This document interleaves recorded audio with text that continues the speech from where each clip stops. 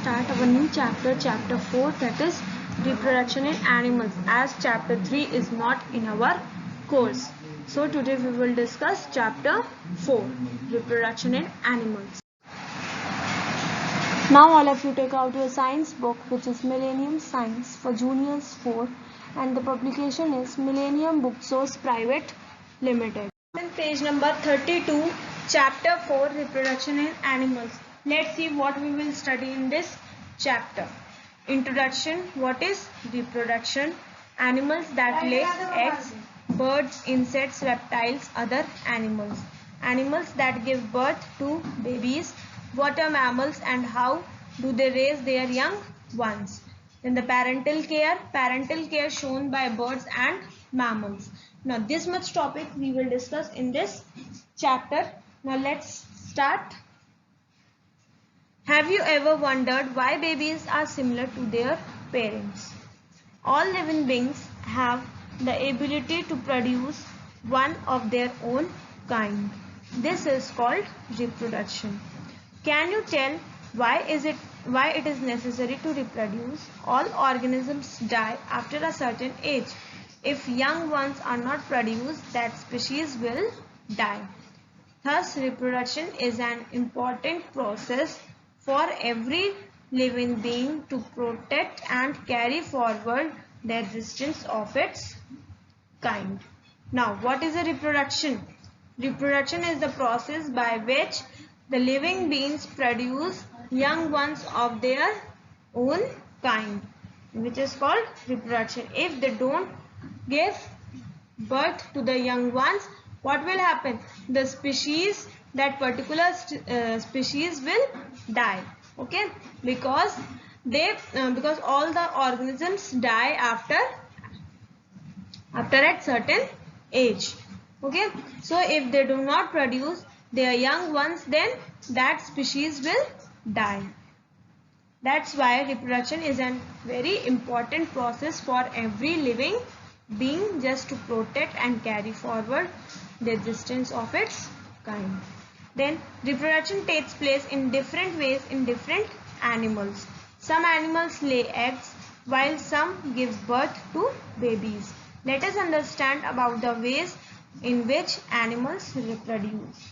Okay, now here reproduction, as reproduction is very important, like that only it takes place in different ways in different animals, as there are some animals who lay eggs and there are some animals who give birth to their young ones, okay, or to their babies.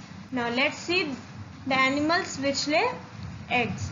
Animals that lay eggs. Animals like birds, insects, reptiles, fishes and amphibians lay eggs. Now there are some animals like birds, insects, reptiles, fishes and amphibians which lay eggs. Now see bird. See page number 33. Page number 33. Birds. Birds reproduce by laying eggs. The egg has a hard covering called shell that protects it. Within the shell, there are two layers, which is known as albumen and the yolk. Albumen is the white part and the yolk is yellow. Yolk is attached to the structure of the cell by chalaza. A growing baby inside the egg is called an embryo. The albumen protects the growing embryo and the yolk is its food. The young bird will only develop if the egg is kept warm. For this reason, the bird sits on the egg to keep it warm. This is known as incubation. Now, birds. What does the birds do? Birds reproduce just by laying eggs. And the leg has a very hard covering which is called shell and which protects the embryo also. Okay, you can see in a picture also that there is a egg. You can see its parts. Within the shell there are two layers. Now the shell, जो egg का जो shell है, that is divided into two parts. One is the albumen, which is white portion, and second one is yolk, which is the yellow portion. Yolk is attached to the structure of the cell by chalaza. Now yolk is that structure which is joined or attached to the cell, which is known as chalaza. You can see in the picture also. Okay, then a growing baby inside the egg is called embryo. Now the baby which is growing inside that egg is known as embryo. Then the albumen protects the growing embryo and the yolk is its food. Now the albumen which is present in a egg or in a shell, that is a food for the young baby, or that helps the growing embryo, and the yolk is the food for the young ones. Now the young bird will develop if the egg is kept warm. Now the young bird means the baby will develop then only when the egg is kept warm. For this only we see that birds are sitting just above the egg, just to keep their eggs warm. Okay, and this process is known as incubation. Now after some time the hard shell breaks and the baby bird comes out of it, and this is called hatching. Now after some time, when the young baby is well developed, what happens? The egg gets broken up, or the shell, that hard shell, breaks and a baby bird comes out of it.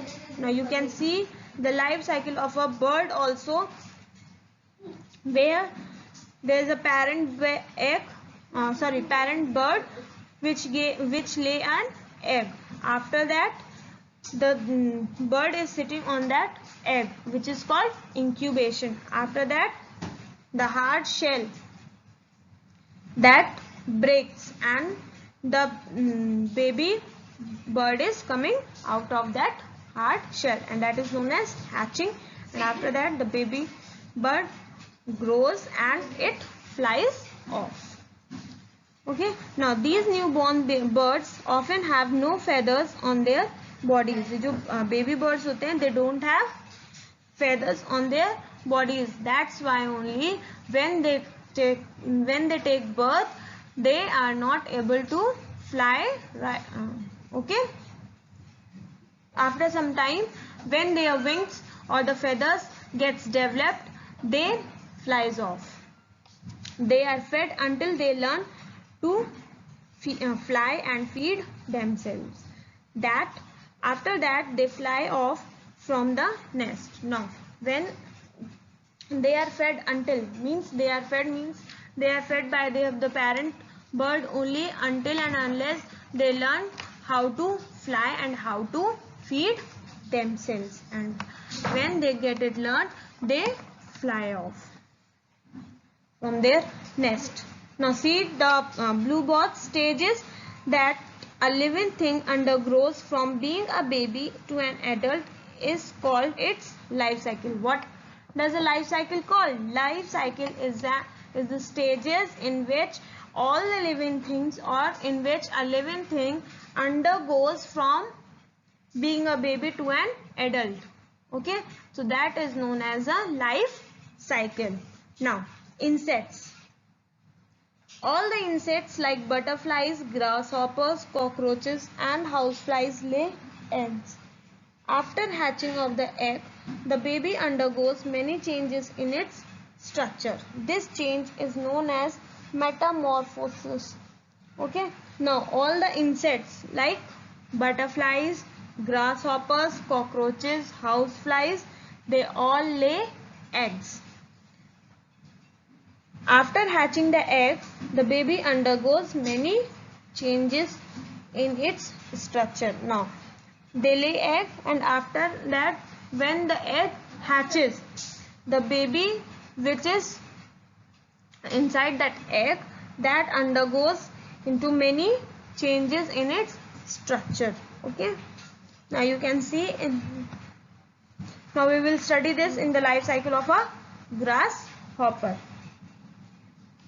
Cockroaches and grasshoppers lay eggs which hatch into small babies called nymphs. A nymph looks like the parent insect, but it is small and does not have wings. During development, the nymph sheds its skin several times. This process is called molting.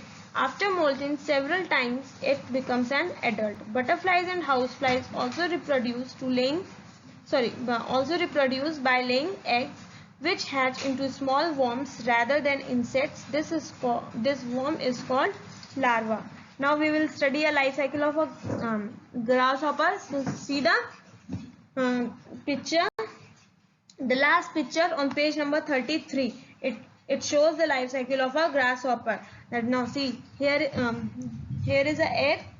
After that egg hatches into a nymph, and that nymph looks like a grasshopper only, but the nymph does not have wings. And when it gets developed, it is the wings are getting developed, or it sheds its skins several times. Now you can see in the picture also that the nymph is total green in color, but when it but after some time it is turning into brown also, or the brown portion is known as its wings also, or the wings are getting developed. Okay, after that adult. In adult position, the wings are well developed, which helps them to fly. And when a nymph is developed into an adult, then again it gives egg and it hatches into a nymph. Then again the development process goes, and this is known as the life cycle of a grasshopper.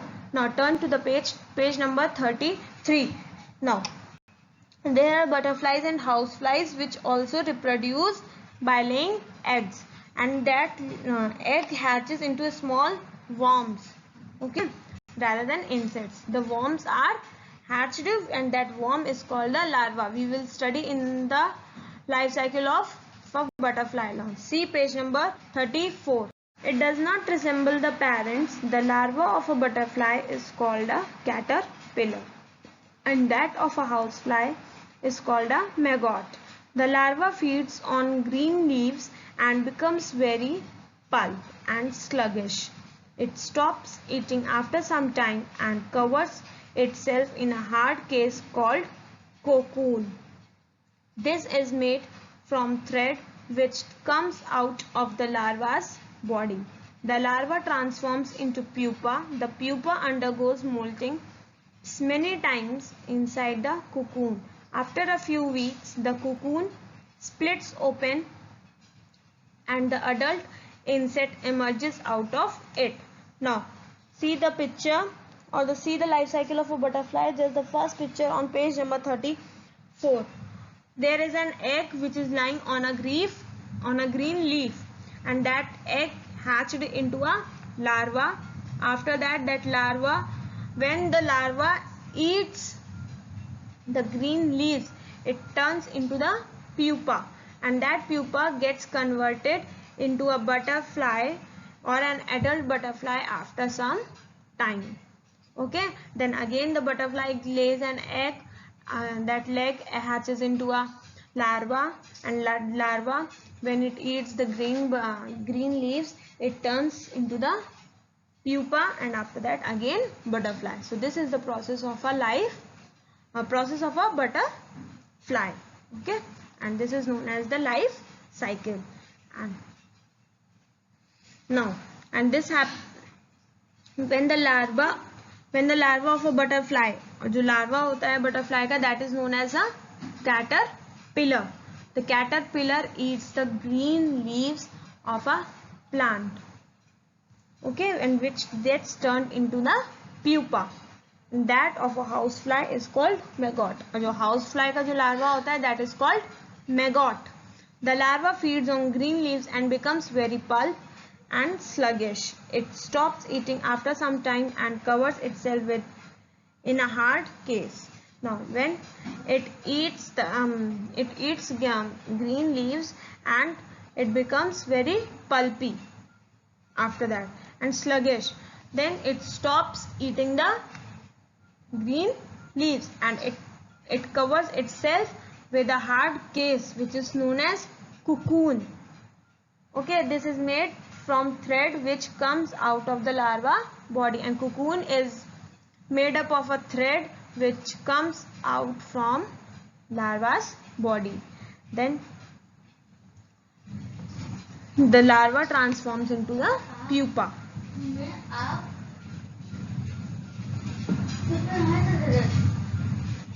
Now the reptiles. Lizards, turtles, snakes and crocodiles reproduce by laying eggs in holes in the ground. Some of the mother animals go away after laying eggs and do not care the eggs. Many of these eggs are eaten by other animals, and only some hatch to grow into adults. The number of eggs produced by such animals is very large to ensure that at least some of the eggs survive to grow into adults. The warmth required by these eggs for hatching is provided by the heat of the sun. Now, what happens with the reptiles?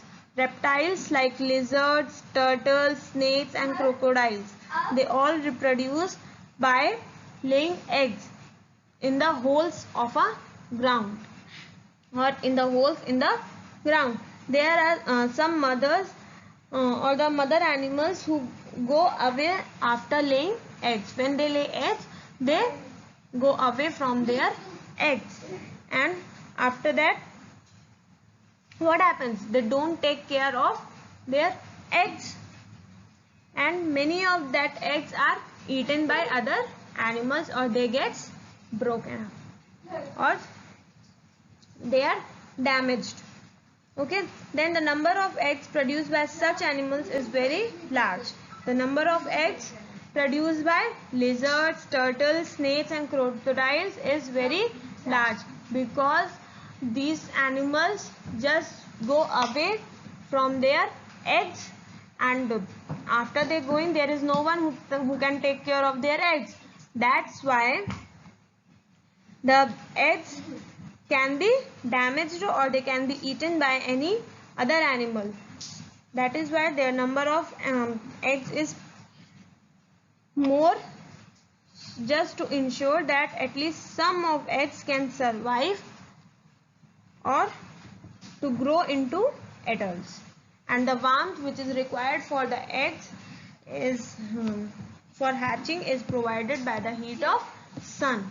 Okay, the reptiles does not provide warmth to their eggs. Now the crocodiles make a nest for their eggs on the ground when their young ones to the water. On the ground, when the eggs hatch, they carry their young ones to the water and look after them until they can feed themselves. Now, in the crocodile's case, what happens? Crocodiles make a nest for their eggs on the ground. Okay, and when the eggs gets hatched, when it is hatched, they carry their young ones to the water only, where they used to live, and there only it looks after them until they can feed themselves. Okay, now the next topic, or the rest of the portion, we will discuss in our next class. Homework is to revise the taught portion. We will discuss the rest of the part in our next class, which is animals that give birth to babies. Okay, and the parental care. These two topics we will discuss in our next class.